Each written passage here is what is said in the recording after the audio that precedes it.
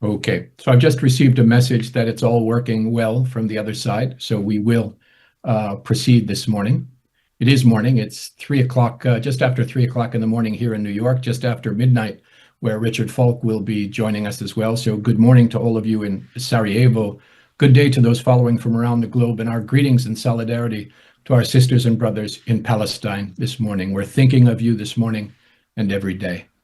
I'm Craig Mokhiber. I'm a member of the steering committee of the Gaza Tribunal, and I'm co-chair with Richard Falk of Chamber 2 of the Tribunal.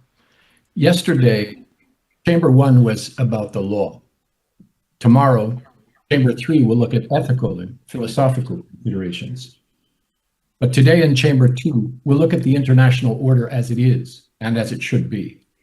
Because the stage for the genocide in Palestine is not limited to the lands of occupied Palestine alone. There is as well an international context, a context of international politics, of international relations, of international law, and of international institutions. Part of the international sphere has been a place of important resistance to the crimes of the Israeli regime. But others have been a place of shameful silence and even complicity. That which we call the international system is a complex construction of states and observers, of norms and treaties and protocols and institutions and courts and processes and people, all purported to serve the cause of international order, of international cooperation, of international law, peace and security, and human rights. But what can we say of an international system that declares a norm-based order and yet defers to raw geopolitics and abuse of power at virtually every critical moment? What can we say of a system that declares laws but denies enforcement? What can we say of an international system that speaks of human rights but allows a live stream genocide to rage on day after day, week after week, month after month, and now year after year? What can we say of an international system that claims to uplift the principles of self-determination, to oppose the scourge of racism, and to reject colonization, and yet facilitates settler colonialism in Palestine, endorses ethno-supremacism, and tolerates a brutal apartheid regime decade after decade? What can we say of an international system that speaks of equality and the rule of law, and yet grants an exception to one oppressive, deeply racist, and fundamentally violent regime? And what can we say about a system that refuses to call a ceasefire, to mobilize protection, to hold perpetrators to account, or even to name the crime out loud? Genocide. Genocide. Something is very wrong. But there are also some lights illuminating the international path to a more just course in civil society and social movements, on college campuses, in the initiatives of people of conscience like this tribunal, in the independent human rights mechanisms of the United Nations, and even in the international tribunals in The Hague. Today in Chamber 2, we will hear from experts and witnesses that will help us to unpack these issues, with presentations on the impact of political realism and geopolitics on Palestinian freedom, the political economy of genocide in Palestine, including Nakba and the struggle for decolonization, starvation and the accountability gap, ecocide in Palestine, and the horror of physically disabling tactics. After a short break, we'll hear expert testimonies from a truly distinguished international panel. And then we'll look at the deficiencies in the formal international order, including the role of the United Nations, the courts, and wider global society. Next, after a discussion on ideas for an alternative jurisprudential paradigm and the role of people's tribunals, and then a final session on civil society activism and social movements, including Sumud, steadfastness, and the struggle against Palestinian erasure, activism in North America, the relevance of the South Africa anti-apartheid experience, and the criminalization of student protests. We will then end the session with an open discussion on all Chamber 2 issues before concluding for the day. Let me now pass the floor to my co-chair for this chamber and the distinguished president of the Gaza Tribunal itself, Professor Richard Falk. Richard, over to you. And I believe you're muted, Richard.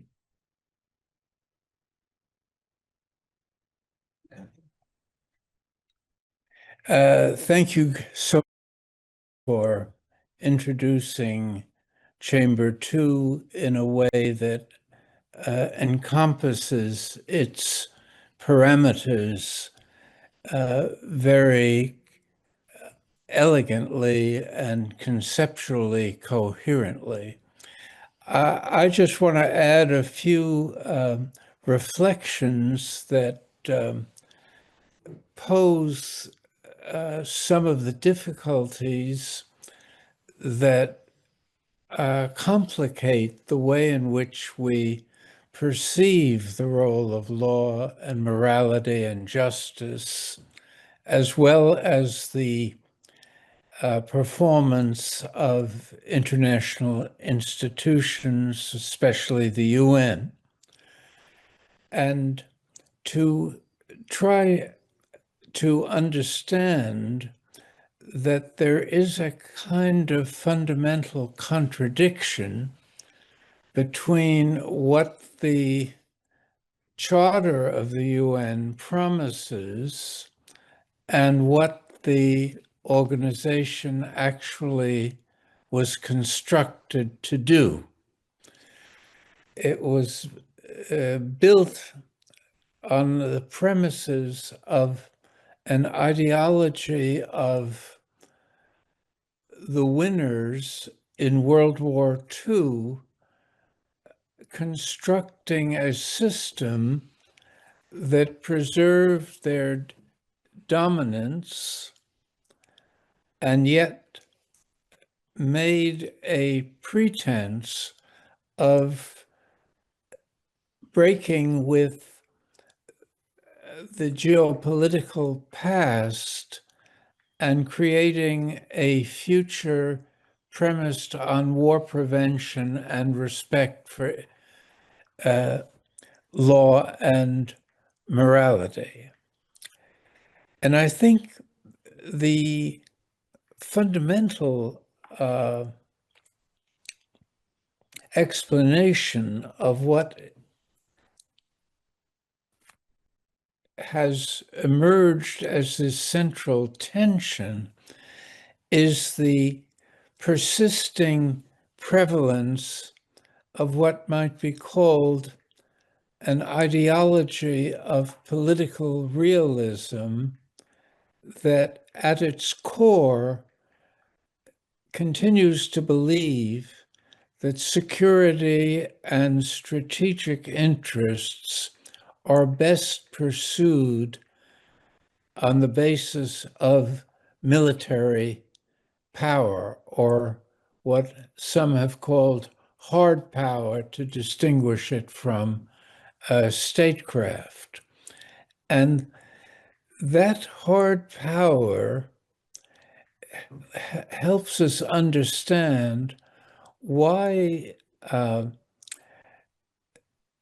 the 5 winners in World War II were given, in effect, a get out of jail card with respect to their own behavior in the form of a veto in the Security Council, which was the only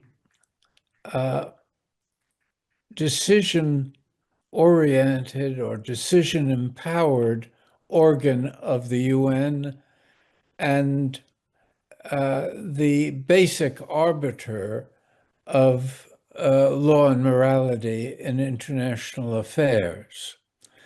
And so one had this, on the one side, this idealistic development of a new order based on war prevention and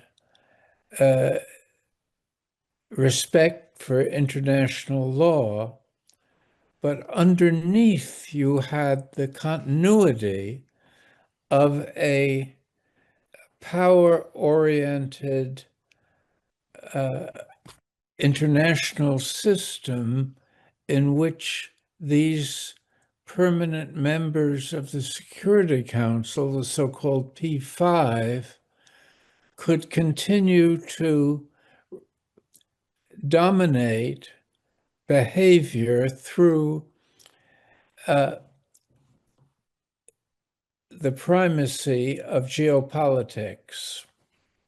That is, geopolitics, the discretion to pursue strategic interests, overrode any clash with law and morality. So that seems to me, one of the underlying issues confronting Chamber 2, and it's related to this cynical use of law and morality in that kind of framework, so that for the political realists that make foreign policy for the dominant countries, law and morality is something that is ignored whenever it clashes with strategic interests, as illustrated by the Gaza ordeal. And its use is primarily as a policy instrument of state propaganda against adversaries. So we see one set of reactions to what took place in Ukraine, where law and morality were mobilized at the international level with great piety, because this was an adversary of the NATO Western powers. And the same sort of approach outside the UN context was used to demonize what China was accused of doing in Xinjiang province to the Uyghur minority. And one has to contrast that with the reaction of the liberal democracies to Israel's genocidal assault on the population of Gaza and its more generalized pattern of lawlessness in the administration of occupied Palestine. So what law and morality are reduced to in the war-peace context is a system of hypocrisy that is exhibited through a pattern of double standards, one standard for adversaries, another one for allies and one's self. And this undermines the regulatory authority of law and morality within the international order. And I think it's in that context that a people's tribunal is seeking to rehabilitate law and morality and justice as a way of clarifying adherence and its potentialities to the promise of the UN Charter and especially its preamble. And so one has at the base of this Gaza Tribunal initiative the idea that law and morality are in the service of justice and are treated as norms applicable to the self as well as to the other. And so it foreshadows a different kind of realism that is premised on the unity of humanity and the essential imperatives of cooperation in this era to cope with the global challenges ranging from the catastrophic dangers of nuclear war to the problems of global climate change and the issues associated with migration and severe violations of human rights. So it is against this set of considerations that our program today is designed to raise facets of this complicated but crucial set of issues.